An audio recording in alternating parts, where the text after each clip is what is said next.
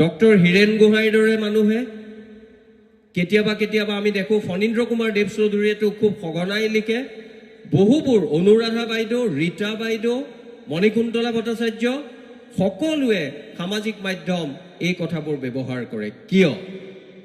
প্ৰথম কথা, কিছু সময়ত কেতিয়াবা আমি যেতিয়া নতুন প্ৰজন্মই কিছুমান কাম কৰিব নোৱাৰে বুলি ভাবোঁ, তেতিয়া মোৰ মনত পৰে সাহিত্য.org, সুখদুখ.com, ডক্টৰ পৰিণীতা বৰা বাইদেউ হয়তো চিনি পাব, আমাৰ বিহালীত থকা পণ্ডিত দীনদয়াল উপাধ্যায় মহাবিদ্যালয়ৰ অসমীয়া বিভাগৰ সহকাৰী অধ্যাপক ডক্টৰ পৰিণীতা বৰাই এই নব্য মাধ্যমৰ সাহিত্য আৰু এনেধৰণৰ ইতিমধ্যে 2খন গ্ৰন্থ তেওঁ প্ৰণয়ন কৰি উলিয়াইছে। তাত আমি গম পাইছোঁ অসমৰ কিমান মানুহে কিমান ঠাইত নতুন প্ৰজন্মৰ ছাত্ৰ ছাত্ৰীয়ে আধুনিক প্ৰযুক্তিবিদ্যাই দিয়া এই আহিলাবোৰ ব্যৱহাৰ কৰি আমাৰ ভাষা সাহিত্য সংস্কৃতিৰ যিটো বৰপেৰা, সেই বৰপেৰাটো সমৃদ্ধ কৰি আহিছে।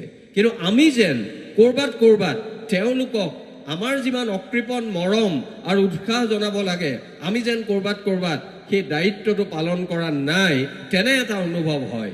আৰু সেই মুহূৰ্তত, তেনে প্ৰেক্ষাপটত তেজপুৰ মহাবিদ্যালয়ে এই হীৰক জয়ন্তীৰ সামৰণি উৎসৱত মোক নিমন্ত্ৰণ কৰি সেইটো বিষয়ত ক'বলৈ কোৱাৰ বাবে মই তেওঁলোকক ধন্যবাদ জনাইছোঁ। মোৰ প্ৰথম লাগিছিলে যে মই সাধাৰণতে মোৰ যিটো ৰাজনৈতিক দৰ্শন, মই যিবোৰ কথা মুকলিকে আৰবেৰ নোহোৱাকৈ কওঁ, সেই আৰবেৰ নোহোৱাকৈ ক'লেও মই য'তে ত'তে যিকোনো কথা নকওঁ বুলি মোৰ এটা বিশ্বাস আছে। আৰু সেইবাবেই মই ভাবোঁ, মোক এতিয়া ভাৰতত কেতিয়াবা সন্মানীয় প্ৰধানমন্ত্ৰীয়ে উন্মোচন কৰা সভাতো ভাষণ দিবলৈ মাতে বা অসমতো বিভিন্ন ঠাইত মাতে, যদিও মোৰ কিছুমান কথা কিছুমান ৰাজনীতিকে ভাল নাপায়।